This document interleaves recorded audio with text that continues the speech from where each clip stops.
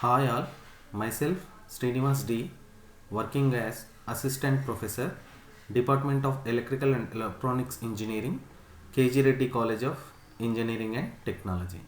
In our today's lecture, we are going to discuss about closed loop speed control of DC motor. So this is the basic block diagram of closed loop speed control of DC motor. Here in this block diagram we have a different modules included in the block diagram. In that the first one is speed controlled. So the speed control is nothing but it is used to measure the speed and control the speed of that particular machine which we are going to control. Now here the converter is nothing but it is a one power electronic converter.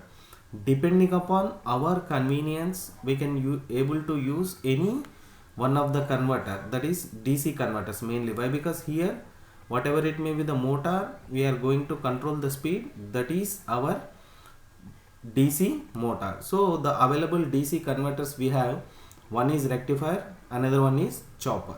So obviously whenever we are dealing with the rectifier, we can take input as a AC power supply and the output of the converter will get DC supply. And the speed sensor, the purpose of the sensor here is to sense the speed and giving back to the signal to the source side. Now if you see the operation of our simple closed loop speed control of DC motor, so in this system the actual speed omega is sensed by a speed sensor. That is nothing but whatever it may be the DC motor actual speed is there, that actual speed is sensed by the speed sensor. So the output of the speed sensor is a voltage value. Once it senses the speed and give the output as voltage, that is our E omega. So in this voltage signal is compared with the reference signal. Here whatever it may be the reference signal is there, that is indicated by ER. So the generated actual speed signal, that is E omega, is compared with the ER. Now the difference signal, that is E, is equals to ER minus E omega, is fed to the PI controller.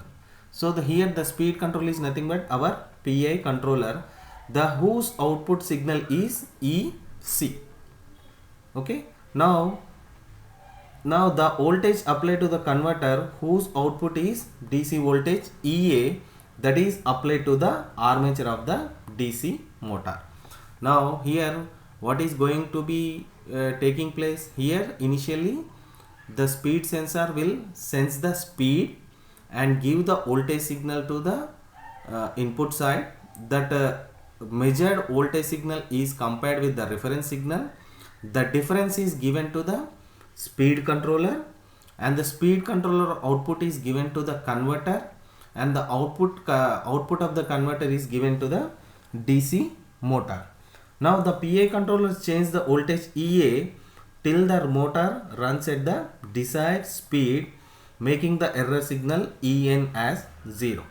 For suppose if there is a change in load torque, the speed will change, which in turn changes the E omega, that is generating the error signal. So this error signal changes the armature voltage EA, which changes the speed. So that is nothing but the speed is held constant at a desired or set value. So this is how we can able to control the speed of a DC motor. But here there is a problem in this type of control. If there is a sudden increase in load, the speed drops and hence back EMF is decreases. This is in turn increases the armature current to a large value.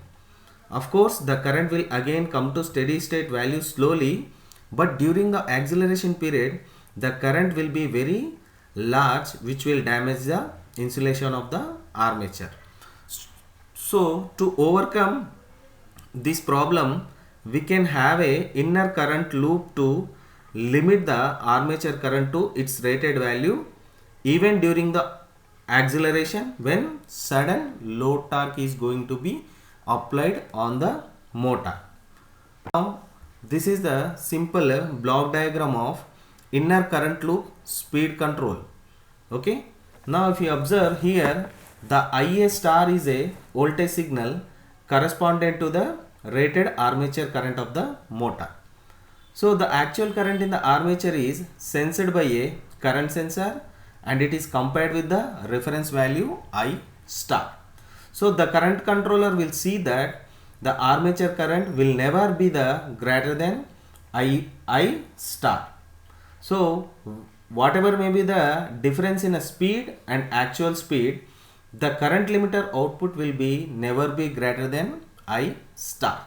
Thus, even during the start or due to the sudden increase in load torque, the motor will accelerate at a rated torque with rated armature current. That is nothing but with the help of this inner current limit controller, we can able to maintain the armature current constant value without increasing the rated value. So this is advantage. Why? Because if sudden load is increases, that is internally increasing the armature current, so that will damage to the insulation of the armature. To overcome this difficulty, we are here applying inner current limit to control the armature current in a specified limits. Okay, so in a previous section, there we have controlled the speed without using the inner current loop, so there will have a chance of saturating the armature, that will increase the abnormal armature current, that will damage the armature windings insulation. So to implementing this current limit control, we can able to control the armature current not far beyond the rated value. So this is how we can able to control the speed of DC motor with the help of inner current loop, that is nothing but with the help of armature current limit. Okay, this is how we can able to control the speed. So in our today's lecture, we have seen that basic speed control of DC motor without current limit and with current limit control. Right? Thank you.